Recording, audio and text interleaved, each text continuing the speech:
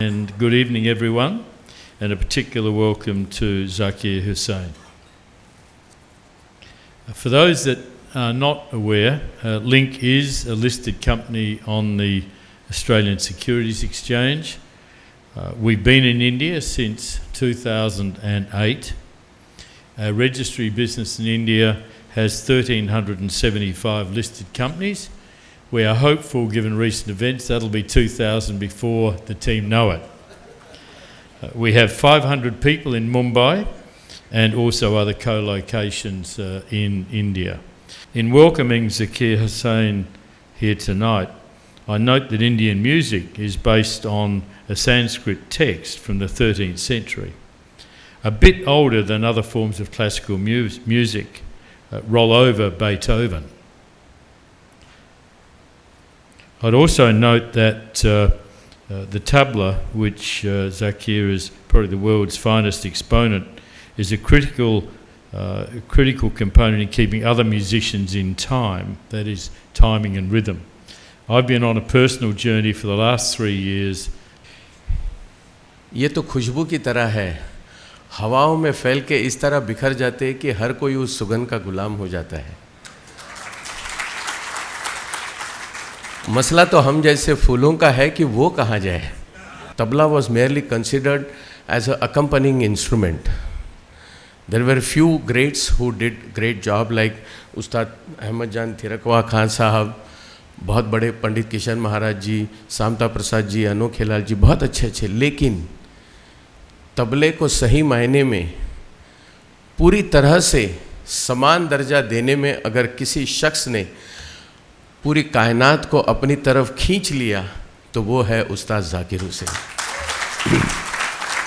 जब मुझे मेरे अजीज़ दोस्त शिवा गणेश ने कहा कि ये हो सकता है क्या, जाकिर भाई बात कर सकते हैं क्या, मैंने कहा उनकी उंगलियां जितने तबले पे मीठी बोलती है उतनी ही उनकी ज़बान भी मीठी बोलती है, और जितनी तेज़ी से वो चलती है उसमें जितनी उपज निकलती है उतनी ही उनके बातों से जो एक एक बात निकल आती है। आज आप सब, मैं ये थोड़ा सा आपको ज़्यादा लगेगा कि सौभाग्यशाली हो कि आज आप उस्ताद जाकिर हुसैन का तबला नहीं, आप जाकिर हुसैन को जानने जा रहे हो। Actually, really the first time that I'm speaking somewhere, so this is an unusual experience for me. It'll take me a minute or two to get going. Life from the day you're born till the day you die is a learning experience. Every day you learn. So the very first day I was born, my training began. I was brought home and my mother handed me to my father and said, okay, now whisper a prayer in his ear, a tradition. A prayer should be whispered in the child's ear.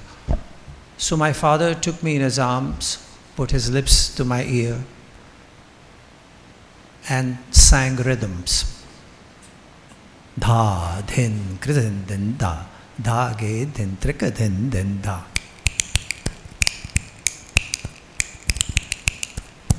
Dha, kritika, dhin, da, titigigin, akadhin, and so on and so forth. My mother was livid. She was very upset. She said, what are you doing? You're supposed to say prayers in his ear. And my father says, this is my prayer. This is how I pray. I am a pujari of Saraswati, he said, the goddess of knowledge. I follow Lord Ganesha, the god of rhythm. This is a conservative Muslim speaking. My father, Ustad Allah Rakha. I would sit behind him and watch him play, get some sort of on-site training. So I was 7 years old and he was playing with an instrumentalist, a great maestro named Ustad Ali Akbar Khan, a great sarod maestro. And I don't know, I think there was some conspiracy there. They looked at each other at a certain point and my father stepped back from the tabla and told me, you sit and play. It's like going down the rabbit hole and arriving in the wonderland for them. And so the face would light up, the eyes would get bigger, and the stories would just suddenly become gigantic movie sets.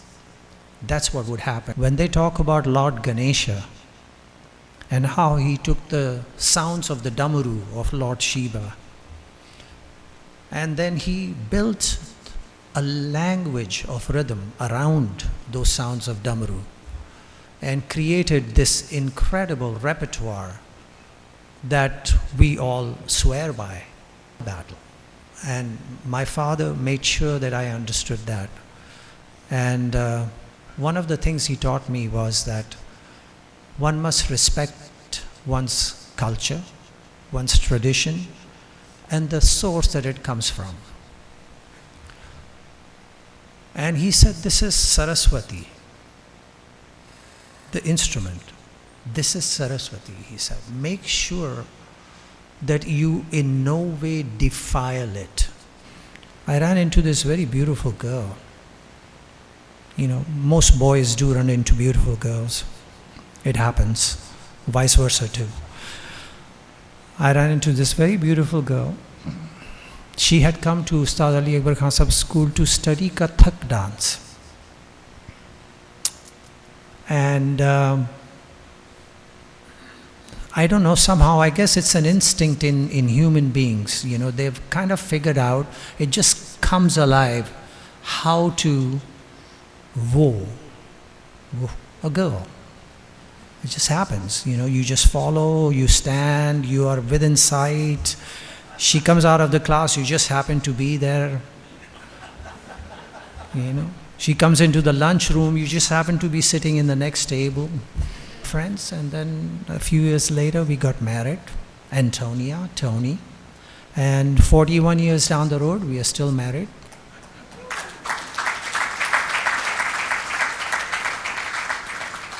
And it seems like only yesterday. That did it.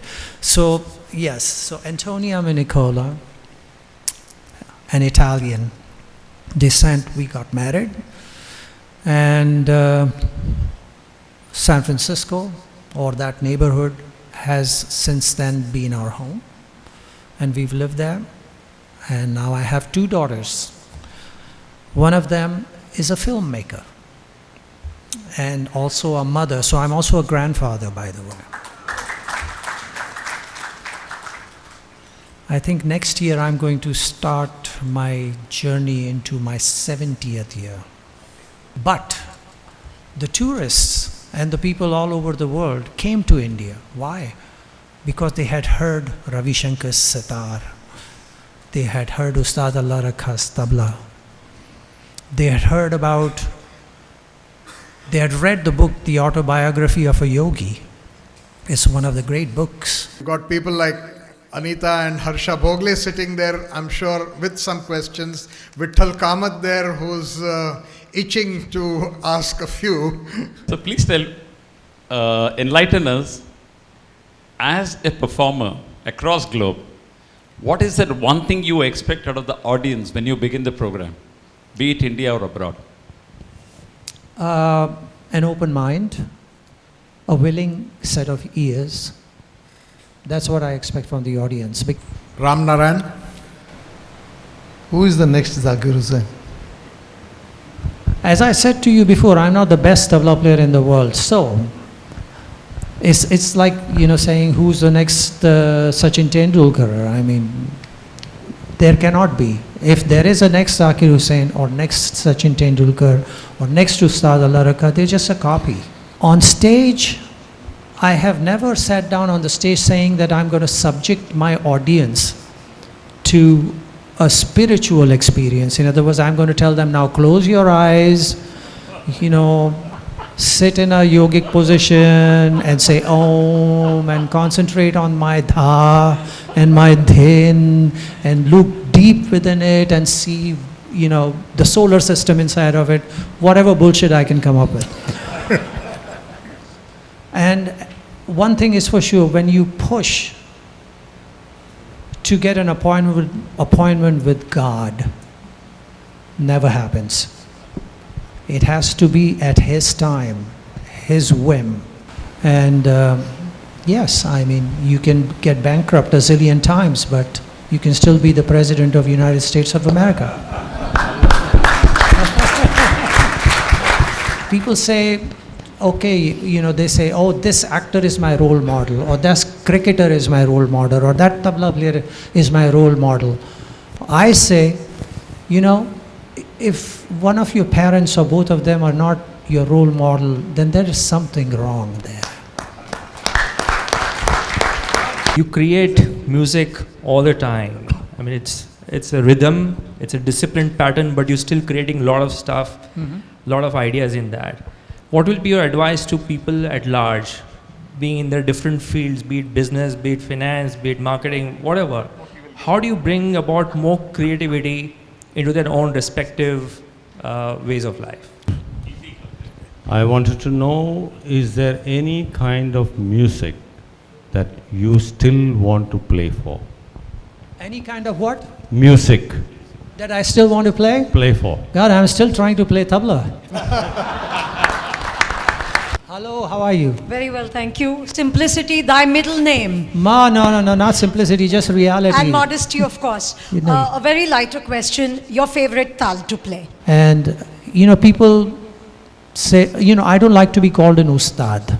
I like to be called Zakir. Or Zakir Bhai, or Zakir Ji, or something. No, because my father, one of the first thing he told me was, don't try to be a master. Just try to be a good student. And you'll get by just fine.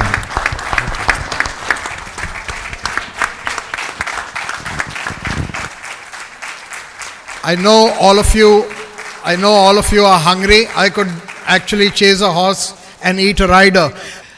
We received many queries from our known people. Would Ustad Ji be giving lecture or he would be performing? And we said he would be giving lecture. And then we were counter-questioned. Would he not perform at all? Now I'm asking all of you, did he perform?